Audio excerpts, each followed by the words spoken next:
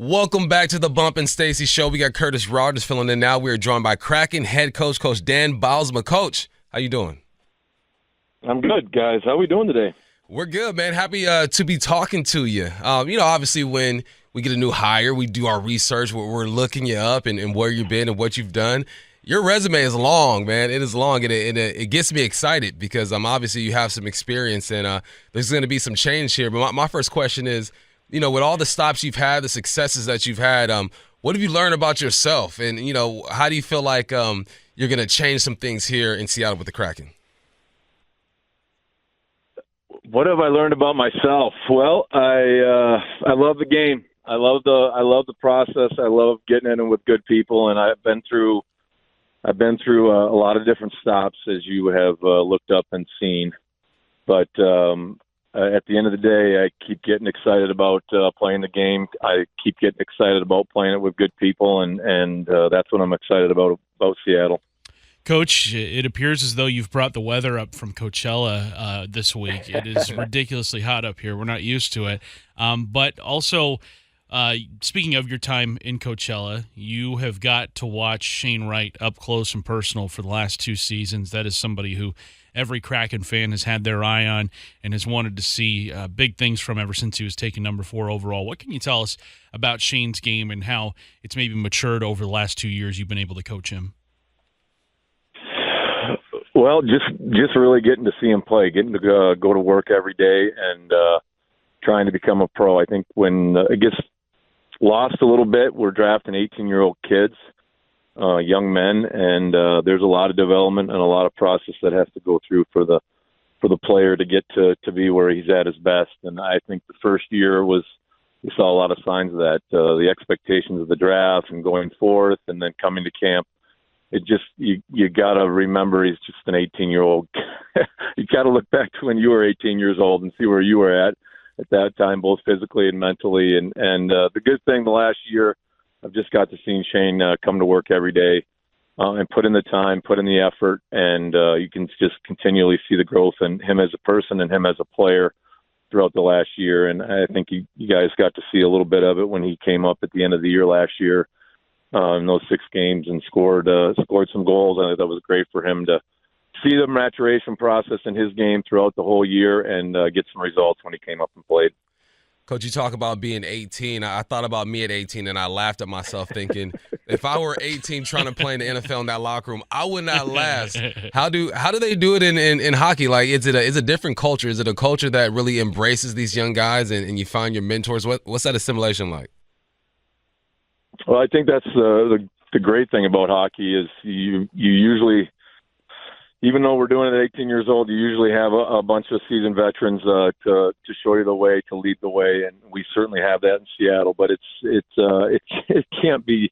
It's a difficult thing to do. I was drafted too, but certainly wasn't at the level of Shane Wright, and to step into an NHL locker room when you're 18 years old and all the eyes on you, all the expectations on you. It's a difficult thing. And I think the good thing for Shane is he just got a chance to turn pro, be a pro every day, work at being a pro. And he got to do it under some great leadership we had in Coachella with Max McCormick, Andrew Podorowski. Like, they all led the way in helping Shane realize what it takes to be a pro. Coach, I don't know how often you were able to catch Kraken games last year because you were obviously coaching your own team there in Coachella. But when you look at the data, when you look at the film of last year's team, what are some areas of emphasis that you're working on with the guys that say, hey, we need to be better here and here if we want to get back to the playoffs? Well, I did watch most of the games. There's a few times when I didn't get to watch the Kraken play, but I watched about 90% of them. But I think you look back to the last 2 years of the Kraken, you've seen a lot of good things. Last year we dropped off in scoring goals, but we were good defensively, good in the net, good in goaltending, and good defensively, top 10 in the league defensively.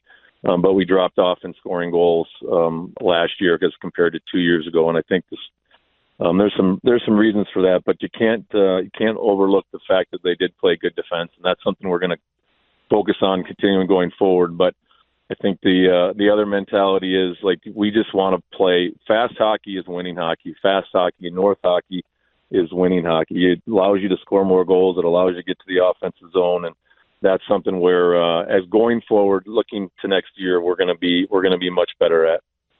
Coach, I would imagine you hate seeing someone lose their job. I'm the same way. People just ask for me to call for jobs on the radio all day, and I go, I will never do that. These are human beings, right? But when you see there's an opening there and your name is thrown in the mix and you finally get that phone call, what's the first thing you do? I would imagine you call maybe the wife, mom, dad, or something, but when it comes to just getting things going with the Kraken, what was the priority number one? Yeah, it's always, to be honest, it's always an moment to be. I think we're all armchair quarterbacks. We all think we can do a better job at any given time, but when the call comes, it's a little bit of an moment because you're always like, okay, now I have to be coming up with the answers, and that's an moment if I can keep saying it. But it's also one time you come back home with. It's even just the opportunity to interview for the possibility of coming to Seattle when it came to me was. It's always when you come back home to your family, to your wife, to your kids. My kid's 25 years old, but he watches all the games and he watches all the Coachella games. He watches all the Kraken games. And, it was always one I brought home immediately to what the possibility was going forward with Seattle. Coach, you've been on the bench for, in my opinion, two of the most memorable games I can remember, and that would be Game 7, 2009, Penguins, Red Wings, and then also in 2014 in the Olympics with TJ Oshie taking over the shootout. What were those moments like? I mean, obviously winning the Stanley Cup probably trumps everything that you've ever done in your hockey career, but I remember like where I was watching both of those moments, and I can't imagine what it was like just being there on the bench for those. Well, it was, 07 or the Game 7 in 2009, Penguins, Red Wings. It's really, I saying to the guys before the game, like, this is the moment you've lived for your whole entire life. Like, we've dreamt about this. Your backyard, in your basement, knee hockey in the hallway. Even whether it's basketball, football, golf, whatever, you always dream about these moments. Sinking the putt to win the U.S. Open, sinking the shot in Game 7 to be world champions in basketball. Everyone, I think, can identify with dreaming in that moment, and that's what that moment was in 2009. It was our opportunity to win a Stanley Cup, and our guys went out with the attack mindset of we're gonna go out and win this thing. And during that game, we had Sidney Crosby going out with an injury halfway through that game, and we had there was a lot of great moments of that game, but it ended with a final chance by Detroit.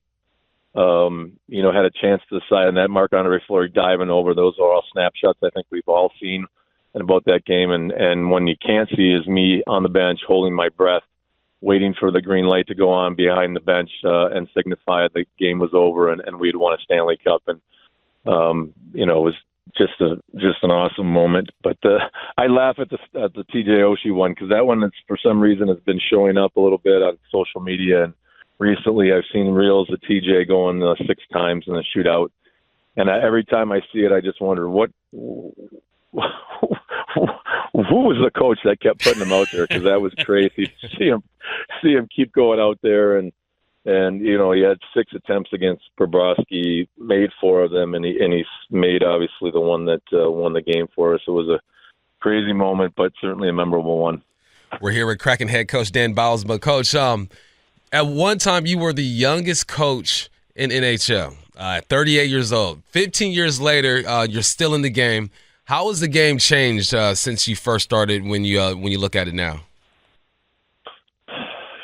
Great question. I think, I think even my time in Pittsburgh that you referenced, and I was 38 when I joined the Penguins. It was the first time I was a head coach in the National Hockey League. I think over this 5.5 years, 6 years I was in Pittsburgh, the game's always changing. The game's always moving in different directions. We're a copycat we're a copycat league. When we see the success of the Florida Panthers this year, we're going to try to copy what they do and what their recipe was for success. So it's a game that continually changes. But I think the exciting part about hockey is that it's fast and physical and aggressive, and that draws people to the game. And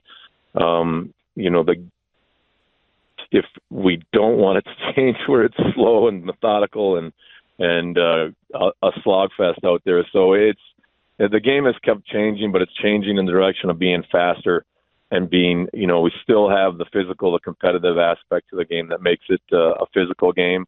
And the teams that play the fastest and the team that compete the hardest and compete in that physical aggressiveness are usually the team that win hockey games. And we saw that with the Florida Panthers this year. And we're gonna be trying to put that on the ice for the Kraken and come fall. You bring up the Panthers. You guys have signed a key member of that Stanley Cup winning team, Brandon Montour, and then you've also brought in Chandler Stevenson from the Vegas Golden Knights, the two most recent Stanley Cup winning teams, actually. What can you tell us about those two guys and what they bring to the table heading into this season?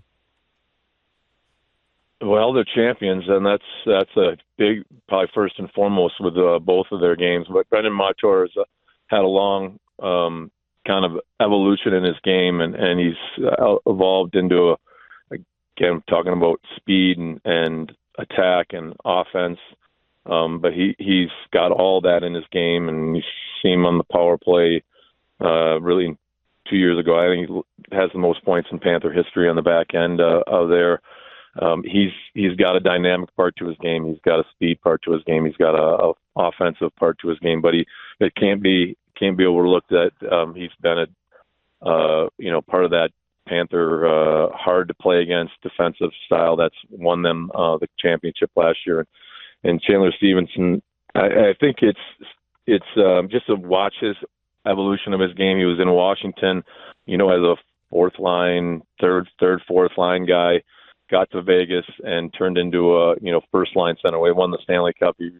He's a first line center. Speed down the middle, reliability down the middle, but just a consistent presence in the middle of the ice, and that's something desperately we need in Seattle, and he's going to provide for us. Coach, every chance I have to ask this type of question, I got to do it, man. I heard you were a hell of a golfer when you were in high school. What's that game like now, man? You still swinging them or what? It's the most erratic part of my life, my golf game. So yeah, on any given day, it can be high, it can be low. But yeah, I guess one positive about playing at Coachella Valley is you get to work on your golf game, or you get to at least touch your golf game a little bit more often than some hockey cities. So I've been on the golf course a little bit, and it's pretty good. It's nice. Okay. I love it. I'll just go with that. I was best when I was 15 years old, 16 years old, and I'm getting close to being back to that level now. Okay, let's go. All right. Last one for me, Coach. Where'd the nickname disco come from? Because that genre has not been popular in quite some time.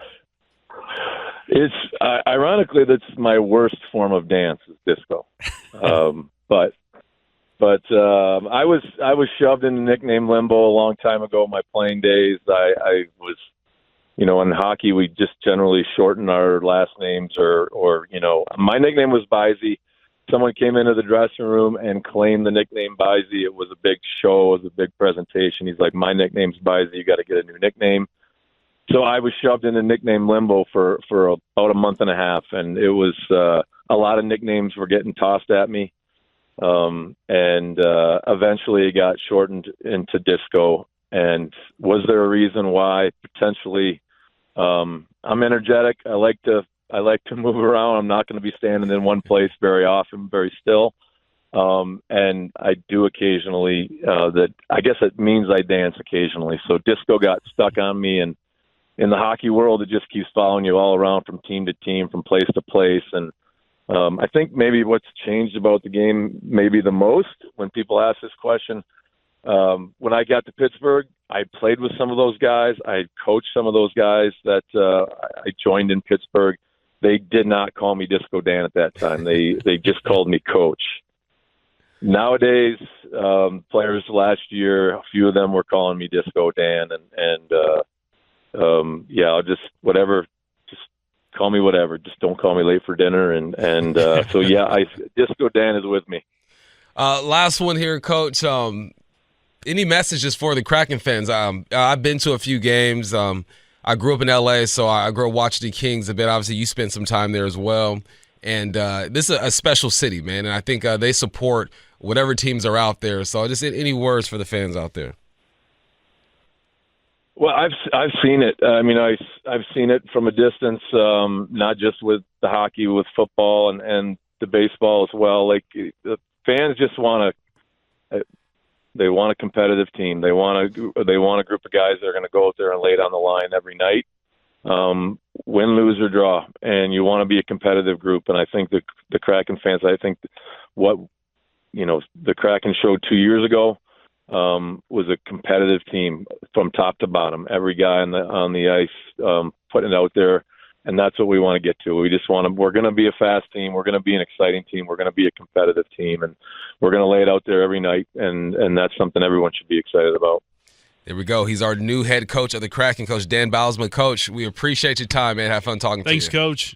All right. Thanks, guys. I appreciate it.